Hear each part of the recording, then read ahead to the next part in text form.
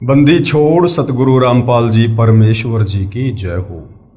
परम पिता परमात्मा सारी सृष्टि के रचनहार कुल मालिक असंख्य ब्रह्मांडों के स्वामी जगत गुरु तीनों लोकों में प्रवेश करके सबका धारण पोषण करने वाले राजा धीराज आत्माधार नाथों के नाथ देवों के देव महादेव सर्वेश्वर महेश्वर मृत्युंजय अजरो अमर आदि अनादि सनातनी प्रभु जगत पिता जगदीश्वर श्री श्री 1008 की उपाधि के वास्तविक अधिकारी अकाल मूर्त शब्द स्वरूपी राम वासुदेव सर्वगतम्बरम परम पूज्य प्रथम पूज्य परम संत परम पुरुष परम धनी परम दयालु सत्य कबीर हक्का कबीर अल्लाहु कबीर अल्लाहु अकबर बाखबर अल्लाह ताला जगत के तारणहार जगत के मुक्तिदाता जगत के जगन्नाथ हारे के सहारे हिंदुओं के राम मुसलमानों के अल्लाह सिखों के वाहिगुरु ईसाइयों के मसीह दया के सागर दया निधि करुणा के सागर करुणा निधि स्वयंभू परिभू संकट मोचन कष्ट हरण मंगल करण दुख भंजन अविगत कबीर निर्विकार निर्विषम परमात्मा अलय अलेख सतगुरु आदि अनादि सतगुरु असली मर्यादा पुरुषोत्तम असली राम असली कृष्ण असली घनश्याम असली मुरारी राजाओं के राजा महाराजाओं के महाराजा शहंशाहों के शहंशाह सम्राटों के सम्राट भगवानों के भगवान अल्लाहों के अल्लाह प्रभुओं के प्रभु मसीहाओं के मसीह सच्चे वाहिगुरु बाबाओं के बाबा पीरों के पीर सेठों के सेठ जगत सेठ सावड़सा सेठ सर्वगुण संपन्न अनंत कोटि कलाओं के स्वामी अनंत कोटि ब्रह्मांडों के नायक योगियों में महायोगी ध्यानियों में महाध्यानी सिद्धों में परम सिद्ध ज्ञानियों में तत्व ज्ञानी ब्रह्म ज्ञानी महाज्ञानी परम ज्ञानी सर्वश्रेष्ठ ज्ञानी विज्ञानी युवा कबीर समर्थ कबीर ऐसमवात अमित ओजा सच्चे रहनुमा करीम अल्लाह सुबहान अल्लाह दुनिया के अंतिम पैगंबर 8 सितंबर 1951 से गांव धनाना जिला सोनीपत हरियाणा भारतवर्ष की पावन भूमि पे प्रकट रियल कल्कि भगवान श्री नारायण साकार हरि श्री बाबा साहिब नूर अनंत परमात्मा सच्चे दरवेश सच्चे बाखबर संत श्रोमणी सतगुरु रामपाल जी परमेश्वर जी के चरण कमल में आप और हम सभी भाई बहनों का अनंत कोटि दंडवत प्रणाम। सत्साई भाई और बहनों, बहुत बड़ी दया बहुत बड़ी मेहर पूज्य गुरुदेव भगवान की परमेश्वर रामपाल जी की, जिनके शुभ आशीर्वाद से विशेष आशीर्वाद से उन्हीं के सत्संगों के संग्रह के ऊपर बन चुकी पवित्र आध्यात्मिक पुस्तक कबीर बड़ा या कृष्ण के ऊपर वीडियो बनाने की श्रृंखला जारी है। इसी श्रृंखला में आज हमारा ये 23वें नंबर का वीडियो है। इस पवित्र पुस्तक के प्रत्येक वीडियो से विशेषकर हिंदू समाज से जुड़े भगत भाई बहनों को अध्यात्म के विषय में भक्ति मार्ग के विषय में बहुत कुछ जानने और समझने को मिल रहा है, क्योंकि ये पवित्र पुस्तक कबीर बड़ा या कृष्ण चारों वेद पवित्र गीता जी और पुराणों के ज्ञान से मिश्रित है। यानी इन तमाम सदग्रंथों का निष्कर्ष निकालकर सतगुरु रामपाल जी ने इस पवित्र पुस्तक कबीर बड़ा या कृष्ण में डाला है।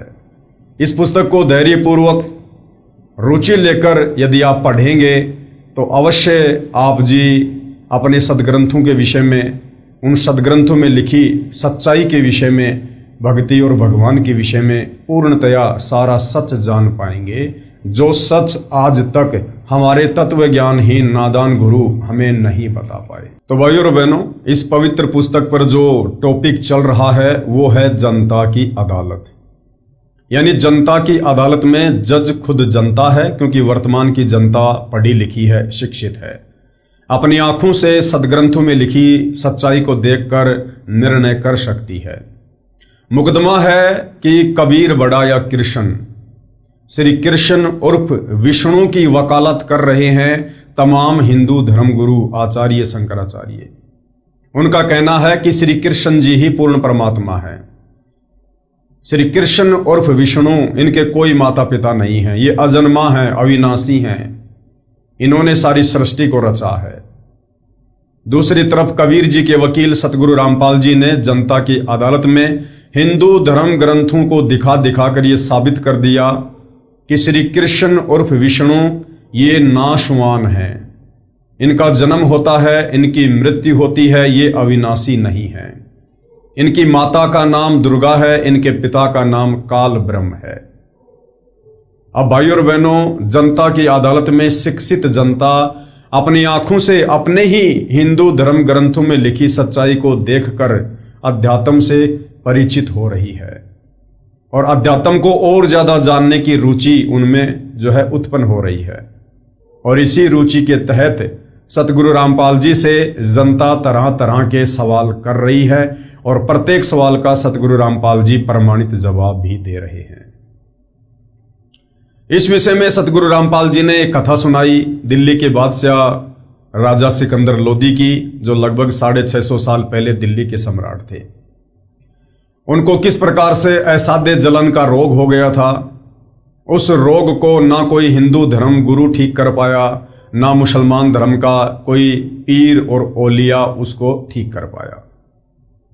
उसके बाद राजा सिकंदर लोदी कबीर जी के चरणों में नतमस्तक हुआ। उसके बाद कबीर जी ने अपने आशीर्वाद मात्र से उनके जलन का असाध्य रोग ठीक किया और दिल्ली के बादशाह सिकंदर लोदी ने कबीर जी से नाम उपदेश लिया, उनके शिष्य बने। और उसके बाद दिल्ली का बादशाह सिकंदर लोदी कबीर जी से इस काल ब्रह्म को लेकर कुछ सवाल जवाब करता है और कबीर परमेश्वर किस प्रकार से उनको जवाब देते हैं। पवित्र पुस्तक कबीर बड़ा या कृष्ण, बादशाह सिकंदर की शंकाओं का समाधान। बादशाह सिकंदर ने सवाल किया। बादशाह सिकंदर लोदी ने कबीर अल्लाह से पूछा, हे परवरदिगार, ये ब्रह्म काल कौन शक्ति है? ये काल कहो, चाहे ब्रह्म कहो, चाहे ज्योति निरंजन कहो, चाहे ब्रह्मा विष्णु महेश का पिता कहो, चाहे दुर्गा का पति कहो, ये एक ही है। तो सिकंदर ने पूछा कि हे परवरदिगार, ये ब्रह्म अर्थात काल कौन शक्ति है? ये सभी के सामने क्यों नहीं आता? उत्तर दिया परमेश्वर कबीर साहिब जी ने सिकंदर लोदी बादशाह के प्रश्न क और ख के उत्तर में सृष्टि रचना सुनाई। कृपया देखें इसी पुस्तक के पेज नंबर 389 से 444 पर, जो हम आगे पढ़ेंगे। और पहले आप जी को मौखिक सुना दी गई है। क्या बाबा आदम जैसे महापुरुष भी इसी के जाल में फंसे थे? अब सिकंदर लोदी ने पूछा कि जिस प्रकार ये हिंदू धर्म के जाने माने संत महात्मा ऋषिजन आचार्य शंकराचार्य ये सारे के सारे आप जी कह रहे हो कि ये काल ब्रह्म के जाल में फंसे हुए थे, तो क्या हमारे धर्म में जो बाबा आदम था, क्या वो भी इसी काल ब्रह्म के जाल में फंसा हुआ था? तो परमेश्वर जी ने क्या कहा?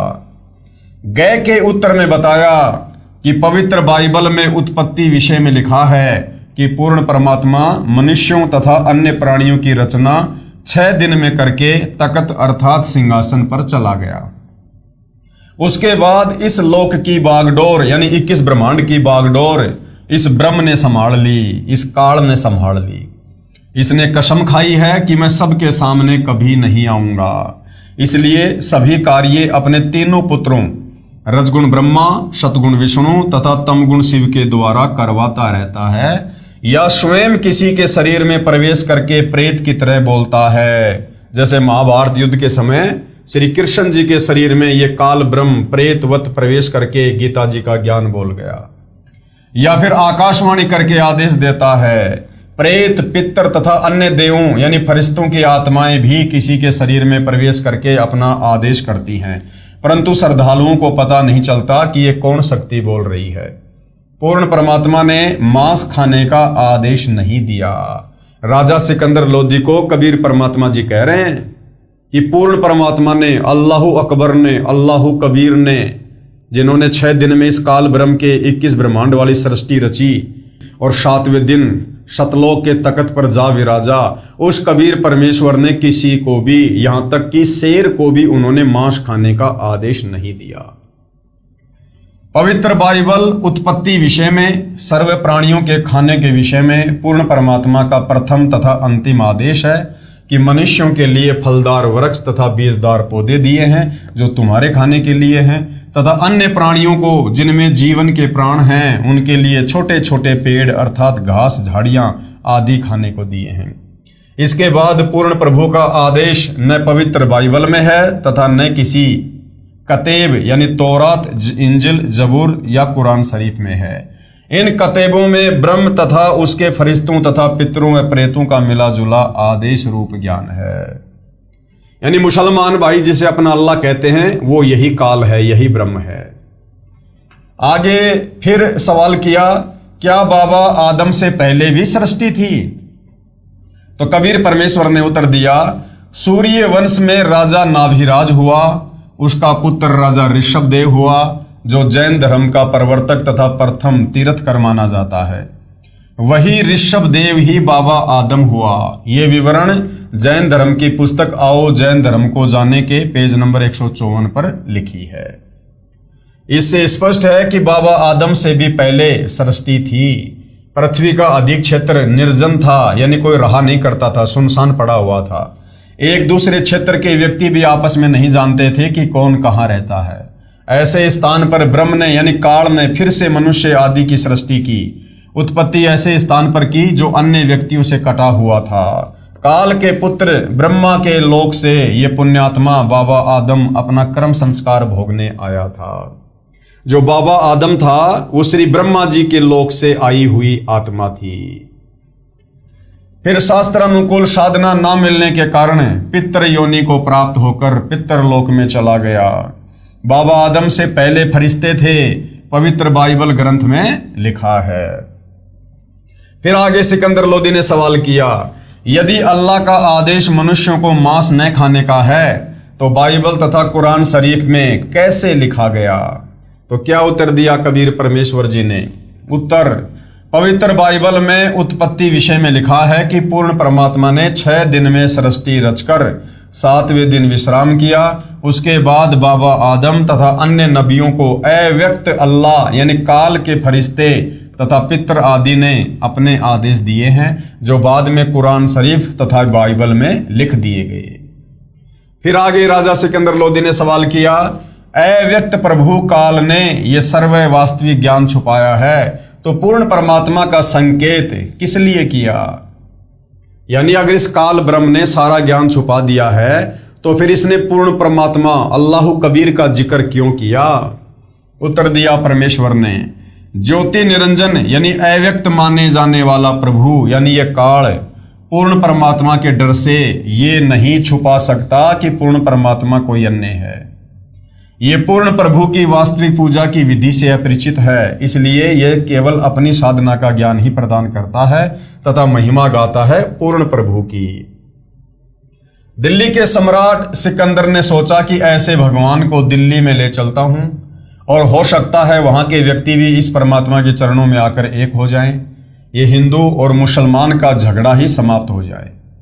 कबीर साहिब के विचार कोई सुनेगा तो उसका भी उद्धार होगा। बादशाह सिकंदर लोदी ने प्रार्थना की कि हे अल्लाह की जात, हे परवरदिगार, एक बार हमारे साथ दिल्ली चलने की कृपा करो। कबीर साहिब ने सिकंदर लोदी से कहा कि पहले आप मेरे से उपदेश लो, फिर आपके साथ चल सकता हूं, ऐसे नहीं जाऊंगा। सिकंदर ने कहा कि दाता जैसे आप कहोगे वैसा ही करूंगा। कबीर साहिब ने कहा कि एक तो हिंदू से मुसलमान नहीं बनाएगा। सिकंदर ने कहा कि नहीं बनाऊंगा। कोई जीव हिंसा नहीं करवाएगा। सिकंदर ने कहा प्रभु मैं जीव हिंसा नहीं करूंगा तथा न किसी को जीव हिंसा करने के लिए कहूंगा, परंतु ये मुल्ला तथा काजी मेरे बस से बाहर हैं। कबीर साहिब ने कहा ठीक है, आप अपने मुख से नहीं कहोगे। सिकंदर ने कहा कि ठीक है दाता, अर्थात सारे नियम बता दिए और सिकंदर ने सारे स्वीकार कर लिए। अब बेचारा सिकंदर स्वीकार तो इसलिए कर रहा था भाई और बहनों, क्योंकि उसका असाध्य जलन का रोग ठीक हो गया था और उसको डर था कि यदि मैंने अब इनके प्रत्येक वचन को फॉलो नहीं किया तो कहीं फिर से मुझे वो असाध्य रोग ना हो जाए। परमेश्वर कबीर साहिब जी से दीक्षा ग्रहण कर ली तथा सभी नियमों को आजीवन पालन करने का प्रण किया। तब सतगुरुदेव यानी कबीर परमेश्वर जी जो सतगुरु रूप में आते हैं, सिकंदर लोदी को प्रथम मंत्र प्रदान करके वहां से उनके साथ दिल्ली को रवाना हुए। बादशाह सिकंदर ने परमेश्वर कबीर साहिब को अपने साथ हाथी पर अंबारी में बैठाया। उसमें राजा के अलावा कोई बैठ नहीं सकता था, परंतु सिकंदर को अल्लाह दिखाई दिया जिसने उसकी असाध्य बीमारी से रक्षा की। उसके सामने मुर्दा यानी स्वामी रामानंद जी को भी जीवित कर दिया। जब सिकंदर लोदी के धार्मिक गुरु शेख तकी को पता चला कि राजा स्वस्थ हो गया है, और इसके सामने कबीर परमेश्वर ने स्वामी रामानंद जी का कटा शीश जोड़कर जीवित कर दिया। उसने सोचा कि अब मेरे नंबर कटेंगे, अर्थात मेरी महिमा कम हो जाएगी, मेरी कमाई तथा प्रभुता गई। शेख तकी को शायब कबीर से ईर्ष्या हो गई। वह विचार करने लगा कि किसी प्रकार इसको नीचा दिखाऊं ताकि सिकंदर के हृदय से ये उतर जाए और मेरी प्रभुता बनी रह जाए। राजा के साथ सभी वहां से दिल्ली के लिए चल पड़े। रास्ते में रात्रि में एक दरिया के किनारे रुक गए। सोचा कि रात्रि में विश्राम करेंगे, सुबह चलने का इरादा करके वहां पर पड़ाव लगा दिया। मृत लड़के कमाल को जीवित करना। एक लड़का था जो उसके कबीले वालों ने, उसके परिवार वालों ने उसको अंतिम संस्कार के रूप में पानी में बहा दिया था, एक नाव जैसा कुछ बना के। उस लड़के को किस प्रकार से कबीर परमेश्वर जी ने जीवित किया। शेख तकी महाराज सिकंदर से मुंह चढ़ाए फिर रहा था। सिकंदर ने पूछा कि क्या बात है पीर जी। शेख तकी ने कहा कि क्या तुझे बात नहीं मालूम। सिकंदर ने पूछा कि क्या बात है। शेख तकी ने कहा कि ये तेरे साथ कौन है।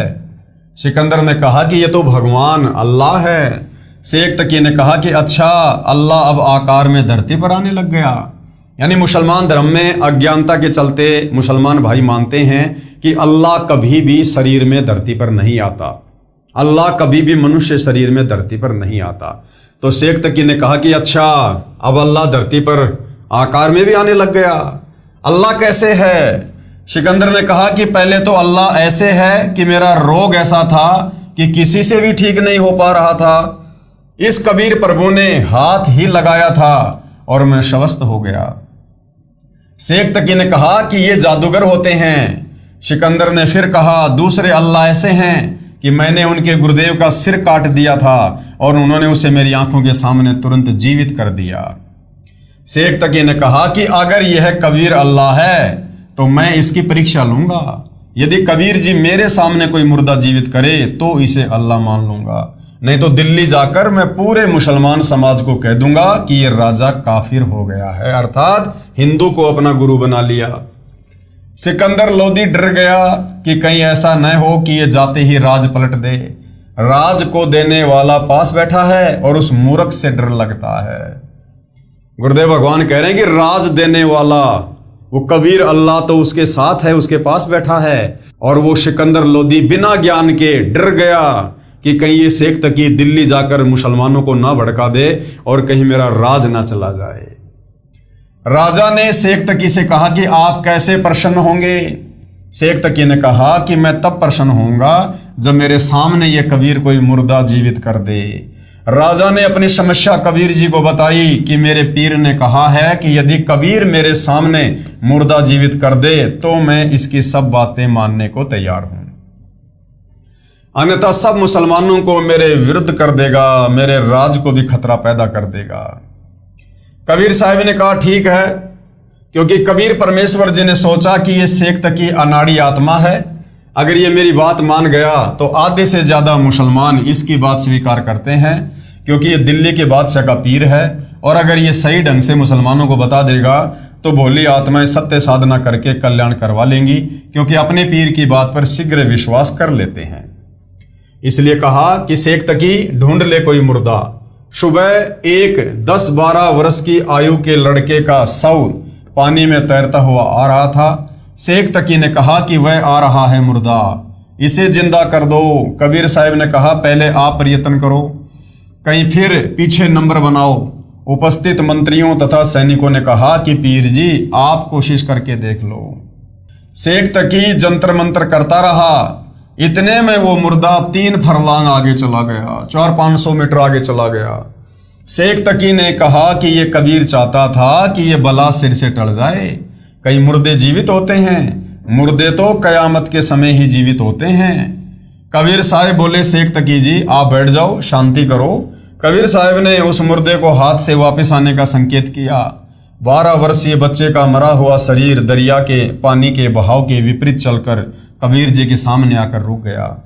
पानी की लहर नीचे जा रही है और शव ऊपर रुका हुआ था। कबीर साहब ने कहा कि हे जीवात्मा, जहां भी है कबीर हुक्म से मुर्दे में प्रवेश कर और बाहर आ जा। कबीर साहब ने इतना ही कहा था कि शव में कंपन हुई तथा जीवित होकर बाहर आ गया। कबीर साहब के चरणों में दंडवत प्रणाम किया। बोलो कबीर परमेश्वर जी की जय हो। सर्व उपस्थित जनों ने कहा कि कबीर साहब ने तो कमाल कर दिया। उस लड़के का नाम कमाल रख दिया। लड़के को अपने साथ रखा, अपने बच्चे की तरह पालन पोषण किया और नाम दिया। उसके बाद दिल्ली में आ गए। सभी को पता चला कि ये लड़का जो इनके साथ है ये परमेश्वर कबीर साहब जी ने जीवित किया है। दूर तक बात फैल गई। शेख तकी की तो मां सी मर गई। सोचा ये कबीर अच्छा दुश्मन हुआ, इसकी तो और ज्यादा महिमा हो गई। शेख तकी की ईर्ष्या बढ़ती ही चली गई। उसकी 13 वर्षीय लड़की को मृत्यु पश्चात कब्र में जमीन में दबा रखा था। शेख तकी की लड़की 12-13 साल की थी, वो मर चुकी थी और 10-12 दिन हो गए थे उसको कब्र में दबाए हुए। शेख तकी ने कहा यदि कबीर मेरी लड़की को कब्र में दफना रखी है, जीवित करेगा तो मैं इसे अल्लाह मान लूंगा।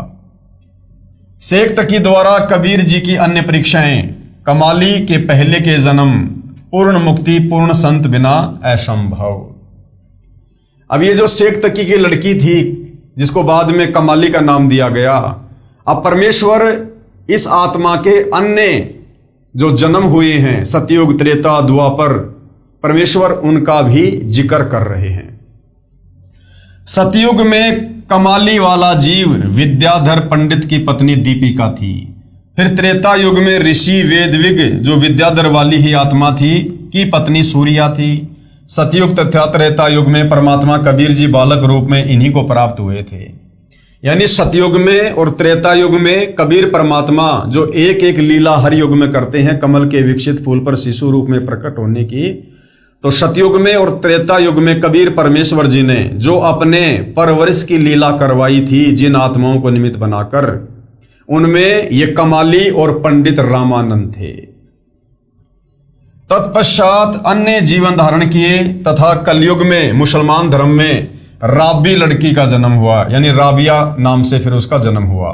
उसके पश्चात एक जीवन वैश्या रूप में जिया। फिर बांसुरी नामक लड़की का जन्म हुआ। फिर कमाली नामक शेख तकी की लड़की हुई। राबिया के प्रमाण में साखियां संत गरीबदास साहिब द्वारा रचित ग्रंथ साहिब के पारक के अंक की वाणी नंबर 56 से 59 में है। गरीब सुल्तानी मक्के गए, मक्का नहीं मुकाम, गया रांड के लेन को कहे अदम सुल्तान। गरीब राबिया परसी रबशू मक्के की असवारी, 3 मंजिल मक्का गया बीवी के दीदार। फिर राबिया बंसुरी बनी, मक्के चढ़ाया शीस, सुल्तान अदम चरणों लगे धनी सतगुरु जगदीश। बंसरी से बेश्या बनी, शब्द सुनाया राग, बहुरी कमाली पुत्री, जुग जुग त्याग्या त्याग बैराग। प्रमाण के लिए संत गरीबदास साहिब द्वारा रचित ग्रंथ साहिब के अचला के अंक की वाणी नंबर 363 से 368 तक। गरीब राबी को सतगुरु मिले, दीन्या अपना तेज, ब्याही एक सहाब से बीबी चढ़ी न सेज। यानी उसने पति पत्नी व्यवहार नहीं किया राबिया वाले जीवन में शादी करने के बाद भी। गरीब राबी मक्के को चली, धरा अला का ध्यान, कुत्ती एक प्यासी खड़ी, छूटे जात हैं प्राण। गरीब केस उपाड़े शीस के, बाटी रस्सी बीन, जाके वस्त्र बांध कर जल काढ़ा पर बीन। गरीब सुनही को पानी पिया, उतरी अरस आवाज, 3 मंजिल मक्का गया बीबी तुमरे काज। बीबी मक्के पर चढ़ी, राबी रंग अपार, 1,80,000 जहां देखें सब संसार। गरीब राबी पटरा घा लेकर किया जहां स्नान, 1,80,000 बहे मंगर मल्या सुल्तान। उपरोक्त वाणियों में निम्न कथा का संक्षिप्त वर्णन है। एक राबी यानी राबिया नाम की लड़की मुसलमान धर्म में उत्पन्न हुई। जब उसकी उम्र 16 वर्ष की थी तो उसे पूर्ण परमात्मा कबीर साहिब मिले। प्रभु में बहुत प्रेम था। रोजा रखना, नमाज करना, ईद मनाना जो परंपरागत साधना धर्म अनुसार थी वह पूरी लगन से किया करती थी।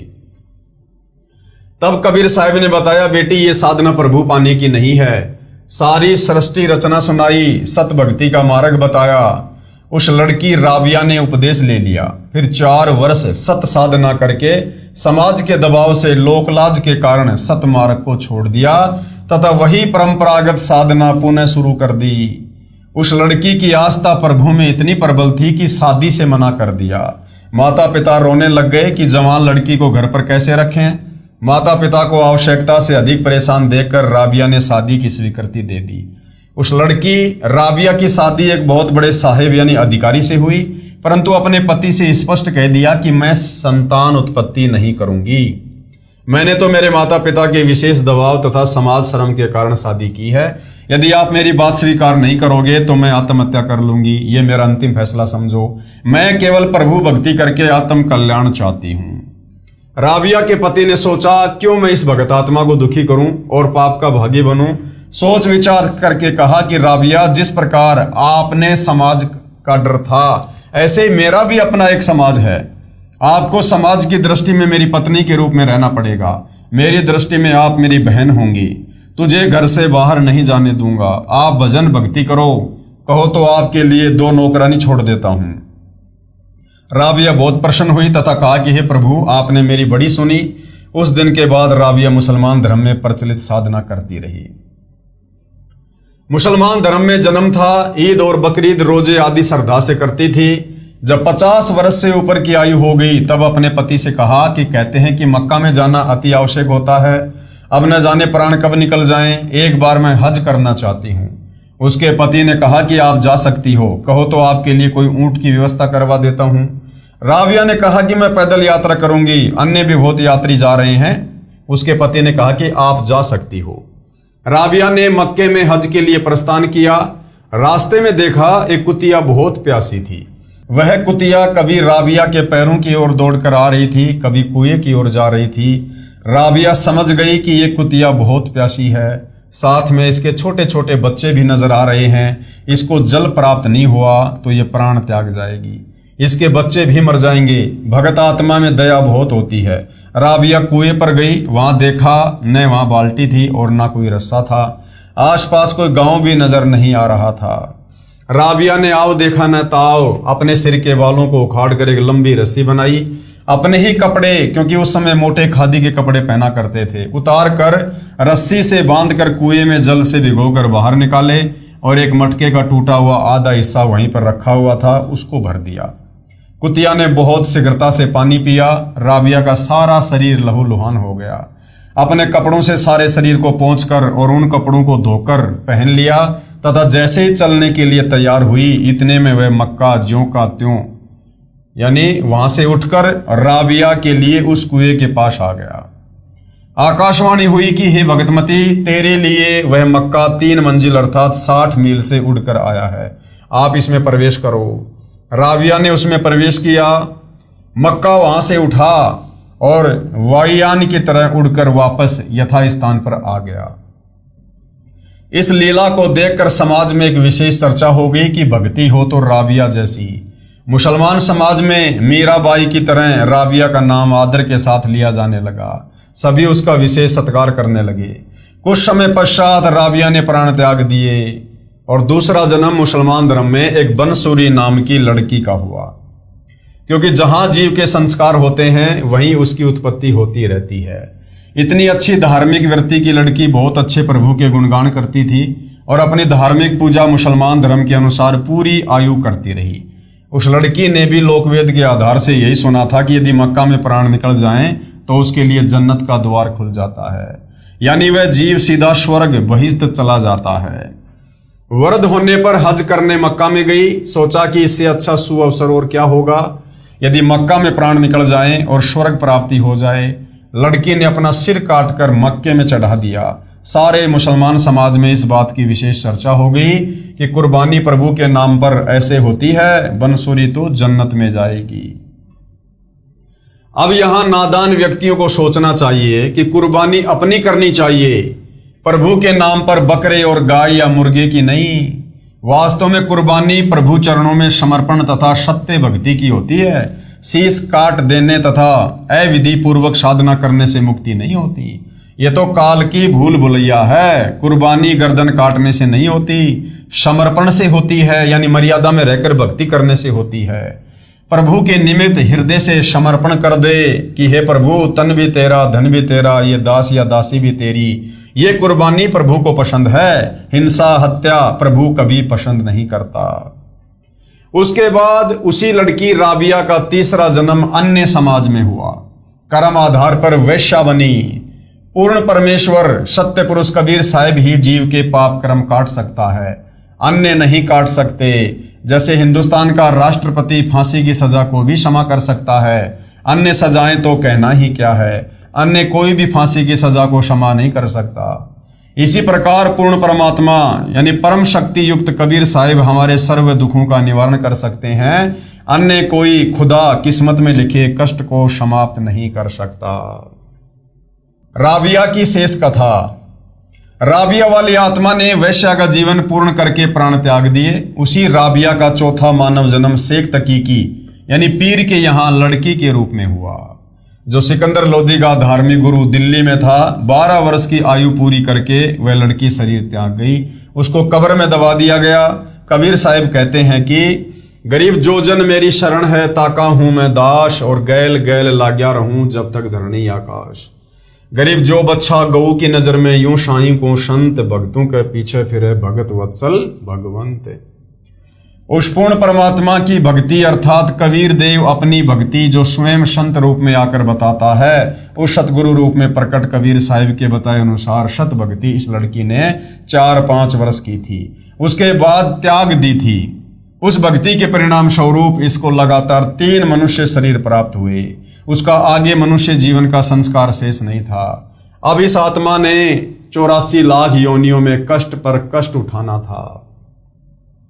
कबीर प्रभु दयालु है, कारण बताया।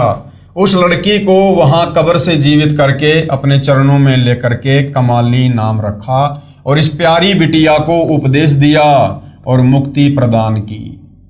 इसी प्रकार हमने ये सोचना होगा कि हम जड़ों में पानी डालेंगे तो पौधा हरा भरा होगा, हम पत्ते और टहनियों की पूजा कर रहे हैं, ये गलत है। कबीर अक्सर पुरुष एक पेड़ है, निरंजन वाकी डार, तीनों देवा शाखा हैं, पात रूप संसार। यानी उल्टा लटका हुआ संसार रूपी वृक्ष है। गीता अध्याय 15 श्लोक नंबर 104 में तत्वदर्शी संत की पहचान बताई है कि उल्टा लटका हुआ संसार रूपी वृक्ष है। इसकी ऊपर को जड़ें परम अक्षर पुरुष, सत्य पुरुष, पूर्ण ब्रह्म है, और जमीन से बाहर जो तना दिखाई देता है वो अक्षर पुरुष यानी परब्रह्म समझो। उसके बाद तने के एक मोटी डार होती है, उस डाल को ज्योति निरंजन यानी ब्रह्म काल समझो। उस डार की फिर 3 शाखाएं ब्रह्मा विष्णु महेश समझो, और फिर इनकी ये टहनियां देवी देवता और पत्ते संसार समझो। ऐसा कबीर साहिब ने पूरी सृष्टि रचना को एक ही दोहे में सुना दिया। उसके बाद शेख तकी की मृत लड़की कमाली को जीवित करना, यानी कमाली नाम तो फिर उसका बाद में पड़ा। शेख तकी ने देखा कि ये कबीर तो किसी प्रकार भी काबू नहीं आ रहा। तब शेख तकी ने जनता से कहा कि ये कबीर तो जादूगर है, ऐसे ही जंत्र मंत्र दिखाकर इसने बादशाह सिकंदर की बुद्धि भ्रष्ट कर रखी है। सारे मुसलमानों से कहा कि तुम मेरा साथ दो वरना बात बिगड़ जाएगी। बोले मुसलमानों ने कहा पीर जी हम तेरे साथ हैं, जैसे तू कहेगा ऐसे ही करेंगे। शेख तकी ने कहा इस कबीर को तब प्रभु मानेंगे जब मेरी लड़की को जीवित कर देगा जो कब्र में दबी हुई है। पूज्य कबीर साहिब से प्रार्थना हुई। कबीर साहिब ने सोचा ये नादान आत्मा ऐसे ही मान जाए, क्योंकि ये सभी जीव आत्माएं कबीर साहिब के बच्चे हैं। ये तो काल ने धर्म का हमारे ऊपर कवर चढ़ा रखा है, एक दूसरे के दुश्मन बना रखे हैं। शेख तकी की लड़की का शव कब्र में दबा रखा था। शेख तकी ने कहा कि यदि मेरी लड़की को जीवित कर दे तो मैं इस कबीर को अल्लाह स्वीकार कर लूंगा और सभी जगह ढिंढोरा पिटवा दूंगा कि ये कबीर जी भगवान है। कबीर साहिब ने कहा कि ठीक है। वह दिन निश्चित हुआ। कबीर साहिब ने कहा कि सभी जगह सूचना दे दो, कहीं फिर किसी को शंका न रह जाए। हजारों की संख्या में वहां पर भगत आत्मा दर्शनार्थ एकत्रित हुई। कबीर साहिब ने कब्र खुदवाई, उसमें एक 12-13 वर्ष की लड़की का शव रखा हुआ था। कबीर साहिब ने शेख तकी से कहा कि पहले आप जीवित कर लो। सभी उपस्थित जनों ने कहा कि महाराज जी यदि इसके पास कोई ऐसी शक्ति होती तो अपने बच्चे को कौन मरने देता है। अपने बच्चे की जान के लिए व्यक्ति अपना तन मन धन लगा देता है। हे दीनदयाल आप कृपया करो। पूज्य कबीर परमेश्वर ने कहा कि हे शेख तकी की लड़की जीवित हो जा। 3 बार कहा लेकिन लड़की जीवित नहीं हुई। शेख तकी ने तो भंगड़ा पा दिया, नाचे कूदे कि देखा न पाखंडी का पाखंड पकड़ा गया। कबीर साहब उसको नचाना चाहते थे कि इसको नाचने दो। कबीर राज त्यागना सहज है, सहज त्रिया का ने, मान बढ़ाई ईर्ष्या दुर्लभ तजनाई। मान बढ़ाई ईर्ष्या की बीमारी बहुत भयानक है।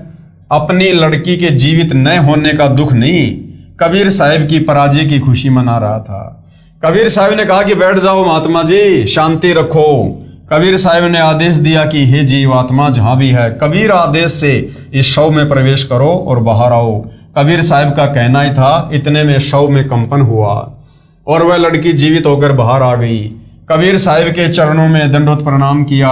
बोलो सतगुरुदेव भगवान की जय हो।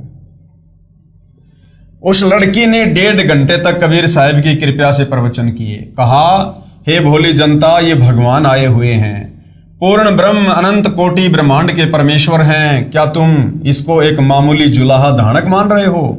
हे भूले भटके प्राणियों, ये आपके सामने स्वयं परमेश्वर आए हैं। इनके चरणों में गिरकर अपने जन्म मरण का दीर्घ रोग कटवाओ और शतलोक चलो, जहां पर जाने के बाद जीवात्मा जन्म मरण के चक्कर से बच जाती है। कमाली ने बताया कि इस काल के जाल से बंदी छोड़ कबीर साहब के बिना कोई नहीं छुड़ा सकता। चाहे हिंदू पद्धति से तीर्थ व्रत, गीता, भागवत, रामायण, महाभारत, पुराण, उपनिषद, वेदों का पाठ करना, राम कृष्ण ब्रह्मा विष्णु शिव शेरावाली, आदि माया, आदि भवानी, प्रकृति देवी और ज्योति निरंजन की उपासना भी क्यों ना करें। जीव 84 लाख प्राणियों के शरीर के कष्ट से नहीं बच सकता और मुसलमान पद्धति से भी जीव काल के जाल से नहीं छूट सकता। जैसे रोजे रखना, ईद बकरीद मनाना, 5 वक्त नमाज करना, मक्का मदीना में जाना, मस्जिद में बंग देना आदि सब व्यर्थ है, बेकार है। कमाली ने सर्व उपस्थित जनों को संबोधित करते हुए अपने पिछले जन्मों की कथा सुनाई, जो उसे कबीर साहब की कृपा से याद हो आई थी, जो कि आप पहले पढ़ चुके हैं। कबीर साहब ने कहा कि बेटी अपने पिता के साथ जाओ। वो लड़की बोली, मेरे असली पिता तो आप हैं, ये तो नकली पिता है, इसने तो मैं मिट्टी में दबा दी थी, मेरा और इसका हिसाब किताब बराबर हो चुका है। सभी उपस्थित व्यक्तियों ने कहा कि कबीर परमेश्वर ने कमाल कर दिया और कबीर साहब ने लड़की का नाम कमाली रख दिया और अपनी बेटी की तरह रखा और नाम दिया। उपस्थित व्यक्तियों ने हजारों की संख्या में कबीर परमेश्वर से उपदेश ग्रहण किया। अब शेख तकी ने सोचा कि ये तो और भी बात बिगड़ गई, मेरी तो सारी प्रभुता गई। उसके बाद क्या किया? सिकंदर लोदी के धार्मिक गुरु शेख तकी ने कबीर साहब को सरसों के गर्म तेल के कड़ाहे में डालना।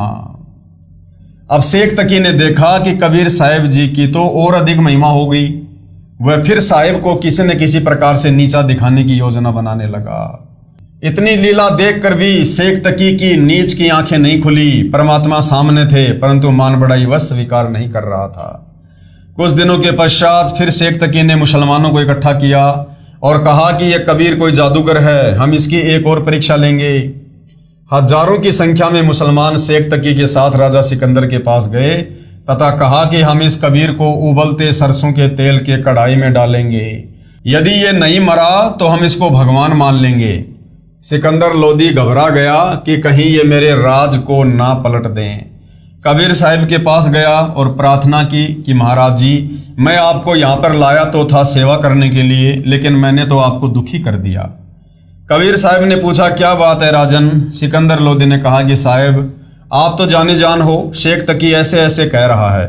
कबीर साहब जी बोले, राजन कोई बात नहीं, इन्होंने तो मुझे खत्म करना ही है, आज नहीं तो कल करेंगे, आज ही टंटा कट जाए तो बहुत अच्छा है। कबीर साहब ने कहा कि कह दे उसको कि तेल गरम कर लेंगे। कबीर साहब जी सोचते थे कि ये नादान शेख तकी ऐसे ही मान जाए। सिकंदर लोदी ने शेख तकी से कहा कि कर लो तेल गरम। शेख तकी ने बहुत मोटी मोटी लकड़ी लगाकर तेल के कढ़ाई को बहुत उबाल दिया और कहा, इस कबीर को उठाकर इसमें डाल दो। कबीर साहब बोले कि शेख जी ये कष्ट भी क्यों कर रहे हो, मैं स्वयं ही बैठ जाऊंगा। पूज्य कबीर साहब जी उस उबलते तेल के कढ़ाई में प्रवेश कर गए। केवल गर्दन बाहर दिखाई दे रही थी, शेष शरीर उस उबलते हुए तेल में था। कबीर साहब जी आराम से बैठे थे, जैसे ठंडे पानी में बैठे हों। शेख तकी ने कहा, यह जंतर मंत्र जानता है, इसने इस तेल को ठंडा कर दिया है, ये वैसे उबलता हुआ दिखाई दे रहा है। सिकंदर लोदी ने सोचा कि कहीं सचमुच ये ठंडा हो गया हो। सिकंदर ने परीक्षण के लिए उस उबलते हुए तेल के कढ़ाई में उंगली देनी चाहिए। कबीर साहब ने कहा कि राजा इसमें उंगली मत देना, कहीं इस बावड़ी बूंच के चक्कर में आकर हाथ नष्ट करवा ले, ये इतना गर्म है कि उंगली ढूंढी नहीं मिलेगी। सिकंदर ने सोचा कि जब कबीर साहब जी तेल में बैठे तो मुझे क्या होगा। ये सोचकर मना करते करते उस उबलते हुए तेल के कढ़ाई में उंगली दे दी। जितनी उंगली तेल में गई थी उतनी कटकर अलग हो गई और राजा दर्द के मारे बेहोश हो गया। कबीर साहब ने सोचा कि यह नादान बादशाह इस ईर्ष्यालु शेख तकी के चक्कर में मरेगा। कबीर साहब तेल के कढ़ाई से बाहर आए, सिकंदर को होश में लाया गया। इतनी पीड़ा थी कि फिर बेहोश हो गया। कबीर साहब ने उंगली को पकड़कर पूरा कर दिया। बादशाह सिकंदर सचेत हो गया। सिकंदर ने क्षमा याचना करते हुए कहा कि मुझे माफ कर दो दाता, मेरे से गलती हो गई। कबीर साहब ने कहा कि राजन आपका दोष नहीं है, काल नहीं चाहता कि मेरे बच्चे मुझे पहचान लें। उसके बाद फिर शेख तकी ने और परीक्षा ली कबीर परमेश्वर जी की, और इस प्रकार से कुल 52 प्रकार की परीक्षाएं 650 साल पहले कबीर परमेश्वर जी के साथ की गई। शेख तकी द्वारा कबीर साहब को गहरे कुएं यानी झेरे कुएं में डालना। शेख तकी ने देखा कि ये तो ऐसे भी नहीं मरा, मुसलमानों को पुनः इकट्ठा किया और कहा कि अब की बार इस कबीर को कुएं में डालकर ऊपर से मिट्टी, ईंटें और रोड़े डाल देंगे, तब देखेंगे ये कैसे बचेगा। भोली जनता तो जैसे पीर जी कहें वैसे ही करने को तैयार थी। शेख तकी ने सिकंदर लोदी से कहा कि हम इसकी एक और परीक्षा लेंगे। सिकंदर ने पूछा कि क्या परीक्षा लोगे। शेख तकी ने कहा, हम इसको झेरे कुएं में डालेंगे और फिर देखेंगे कि वहां से कैसे जीवित होगा। अब इतनी लीला देखकर भी राजा का अपने मालिक खुदा कबीर पर विश्वास नहीं बना, नहीं तो धमका देता कि जा कर ले तूने जो करना है, मैं नहीं दुखी करूं अपने भगवान को। फिर देखता उसका राज्य जाता या और मौज हो जाती। राजा ने सोचा कहीं मेरा राज्य ना चला जाए। सिकंदर लोदी राजा ने साहिब से प्रार्थना की कि ये शेख तकी तो नहीं मानता और आज ऐसे ऐसे जिद किए हुए है।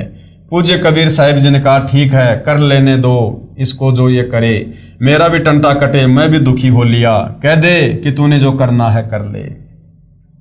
शेख तकी कबीर साहिब जी को बांध जूड़ कर ले गया, यानी राजमहल से ही कबीर परमात्मा जी को रस्सियों में बांध कर लेकर गए और जाकर गहरे झेरे कुएं में डलवा दिया। वहां पर हजारों व्यक्तियों को इकट्ठा किए हुए था। बहुत गहरा अंधा कुआं जिसमें पानी गंदा और थोड़ा सा पड़ा था और ऊपर से मिट्टी, कांटेदार छड़ी, गोबर, ईंट आदि से 150 फुट ऊंचा पूरा भर दिया। फिर शेख तकी हाथ मुंह धोकर सिकंदर लोदी के पास गया तथा कहा कि राजा कर दिया तेरे शेर को समाप्त। उसके ऊपर इतनी मिट्टी डाल दी कि अब किसी भी प्रकार बाहर नहीं आ सकता। सिकंदर लोदी ने पूछा, पीर जी आप किसकी बात कर रहे हो।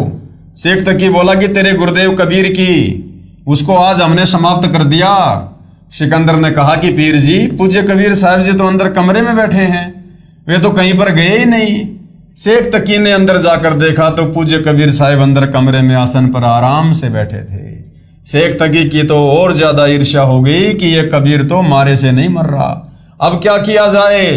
अन्य समझदार व्यक्ति तो मान गए, हजारों ने उपदेश लिया, प्रभु कबीर जी के शिष्य बने, परंतु वह शेख तकी दुष्ट नहीं माना। अब राजा सिकंदर लोदी को कबीर परमात्मा इस प्रकार के चमत्कार या लीला कहिए दिखा दिखा के दृढ़ करना चाहते थे, लेकिन कबीर परमेश्वर जी का ज्ञान ना समझ पाने के कारण राजा उल्टा डर और भय में जी रहा था। साथ ही जनता की अदालत में सतगुरु रामपाल जी इस प्रकार के ढेरों प्रमाण दिखा दिखाकर जनता को भी और श्री कृष्ण उर्फ विष्णु जी के तमाम वकील हिंदू धर्म गुरुओं को भी ये बताना चाह रहे हैं कि कबीर ही परमेश्वर है, वो अविनाशी है, अकाल मूर्त है, वो कभी किसी के द्वारा मारा नहीं जा सकता है। शाह तकी नहीं लखी निरंजन चाल रे, इस पर्चे ते आगे मांगे जवाल रे। शेख तकी बंदी छोड़ कबीर परमेश्वर की महिमा को नहीं समझ पाया। उसको चाहिए था कि भगवान के चरणों में गिरकर क्षमा याचना करता तथा अपना आत्म कल्याण करवाता, परंतु मान बड़ाई वश होकर साहिब का दुश्मन बन गया। शेख तकी ने और भी बहुत से जुल्म किए। कबीर साहब काशी लौट गए। फिर और क्या किया शेख तकी ने कबीर परमेश्वर जी को आम व्यक्ति समझकर? शेख तकी द्वारा कबीर साहब को गुंडों से मरवाने की निष्फल कुचेष्टा। कबीर साहब के काशी आने के बाद शेख तकी ने सोचा कि यह कबीर तो किसी भी प्रकार नहीं मर रहा। वह कबीर साहब को मारने के लिए रात्रि के समय कुछ गुंडों को साथ लेकर कबीर साहब की झोपड़ी पर गया। कबीर साहब सो रहे थे, लीला कर रहे थे परमात्मा, उन्होंने क्या सोना था। शेख तकी ने गुंडों से कहा कि इसके टुकड़े टुकड़े कर दो। गुंडों ने तलवार से पूज्य कबीर साहब जी के टुकड़े टुकड़े कर दिए और अपनी तरफ से मरा हुआ जानकर चल पड़े। जब वे झोपड़ी से बाहर निकले तो पीछे से कबीर साहब ने उठकर कहा कि पीर जी दूध पीकर जाना, ऐसे थोड़े जाते हैं। शेख तकी व उसके गुंडों ने सोचा कि ये भूत है, वहां से भाग गए। उन गुंडों को तो बुखार हो गया, कई दिन तक बुखार नहीं उतरा। फिर साहिब कबीर उनके पास गए और उनको ठीक किया तथा कहा कि ये पीर तुम्हें मरवा कर छोड़ेगा, ये तुम्हें गुमराह कर रहा है। तब उन्होंने कबीर साहब से क्षमा याचना की। श्री कृष्ण जी की उपस्थिति में ऋषि दुर्वासा के श्राप से श्री कृष्ण जी का पूरा परिवार व पूरा यादव कुल आपस में लड़कर मर गया। अब कबीर परमेश्वर जी कितने शक्ति युक्त हैं और श्री कृष्ण उर्फ विष्णु ये कितने शक्ति युक्त हैं, ये जनता की अदालत में अब जनता को कबीर जी के वकील सतगुरु रामपाल जी उन तमाम हिंदू धर्म गुरुओं के सामने बता रहे हैं कि अभी तो आपने देखा कि किस प्रकार से बादशाह सिकंदर लोदी का धार्मिक पीर शेख तकी कबीर परमेश्वर को मारने की कुचेष्टा करता है, कितने प्रयास करता है, तरह तरह के हथकंडे अपनाता है, लेकिन वो विफल हो जाता है। क्योंकि कबीर परमात्मा अविनाशी हैं, उनका शरीर हाड़ मांस का नहीं है, उनका शब्द रूप है। और फिर श्री कृष्ण और विष्णु के विषय में जनता की अदालत में बताया जा रहा है कि किस प्रकार से श्री कृष्ण जी का, उनके पूरे परिवार का, उनके रिश्तेदारों का, उनके यादव समाज का ऋषि दुर्वासा के शराप के चलते सर्वनाश हो गया। 56 करोड़ यादव, जिनमें श्री कृष्ण और उनका पूरा परिवार भी शामिल था, आपस में कट कट करके मर गए एक दुर्वासा ऋषि के शराप के कारण। और उधर शेख तकी, उसने इतने जुल्म किए, वो कबीर परमेश्वर का बाल भी बांका नहीं कर पाया। तो कबीर बड़ा या कृष्ण, यही समझाया जा रहा है जनता की अदालत में। तो कबीर जी के वकील सतगुरु रामपाल जी कह रहे हैं कि श्री कृष्ण जी की उपस्थिति में ऋषि दुर्वासा के शराप से श्री कृष्ण जी का पूरा परिवार व पूरा यादव कुल आपस में लड़कर मर गया। श्री कृष्ण जी उस लड़ाई यानी गृह युद्ध को रोक नहीं पाए, अपने कुल की रक्षा नहीं कर पाए, तथा त्रेता युग में श्री विष्णु जी ने श्री रामचंद्र रूप में बाली राजा को पेड़ की ओट लेकर धोखे से मारा था, उसका बदला द्वापर युग में श्री कृष्ण रूप में देना पड़ा। यानी अपने कर्म भी ये विष्णु जी नहीं काट पाए। श्री कृष्ण जी को बाली वाली आत्मा, जो समय शिकारी, जो बालिया नाम से जन्मा था, उसने विषाक्त यानी जहर से बुझे तीर से मारा, अपनी रक्षा भी नहीं कर सके, तथा ऋषि दुर्वासा के श्राप से भी बचाव नहीं कर सके, जो 3 ताप में एक ताप है। संत गरीबदास जी ने कहा है कि तुम कौन राम का जपते जापम, ताते कटे ना तीनों तापम। अर्थात आप किस प्रभु को इष्ट रूप में मानकर जाप करते हो, यानी श्री विष्णु यानी राम भगवान की भक्ति से 3 ताप नहीं कट सकते। परम अक्षर ब्रह्म यानी कबीर जी ही 3 ताप काट देते हैं और होने वाले युद्ध को भी टाल सकते हैं। परमेश्वर कबीर जी की मृत्यु नहीं हुई, वे सशरीर सतलोक गए थे। तो भाई और बहनों, ये सारी बातें जनता की अदालत में भोली भाली नादान जनता की आंखें खोलने के लिए, जो कथाएं हम दिन रात पढ़ा करते थे हमारे सदग्रंथों में, रामायण में, महाभारत में, पुराणों में, लेकिन हम उन कथाओं के मर्म को नहीं समझ पा रहे थे तत्वदर्शी संत की शरण के अभाव में। और ये हमारे नादान धर्म गुरु ये कथाएं जरूर सुनाते थे, परंतु तत्व ज्ञान के अभाव में इन कथाओं का मर्म निष्कर्ष ना ये खुद जानते थे, ना ये जनता को समझा पाए, और भोली भाली जनता को पूर्ण ब्रह्म परमेश्वर कबीर साहिब की महिमा से दूर रखा। तो अब सतगुरु रामपाल जी जनता की अदालत में इन्हीं कथाओं को सुना सुनाकर जनता की आंखें खोल रहे हैं, उन्हें निष्कर्ष तक पहुंचा रहे हैं कि ये मनुष्य जन्म केवल परमात्मा प्राप्ति के लिए मिला है, और इस मनुष्य जन्म में हम परमात्मा प्राप्ति ना कर लें तत्वदर्शी संत की शरण में ना चले जाएं, इसके लिए ये काल ना जाने कितने प्रकार के तरह तरह के हथखंडे अपनाता है। और उन्हीं हथखंडों में एक हथखंडा है ये तमाम धर्म गुरु खड़े करना। ये सारे के सारे काल के दूत हैं, काल के एजेंट हैं, चाहे मुसलमान धर्म के हों, चाहे हिंदू धर्म के हों, चाहे सिख या ईसाई धर्म के हों।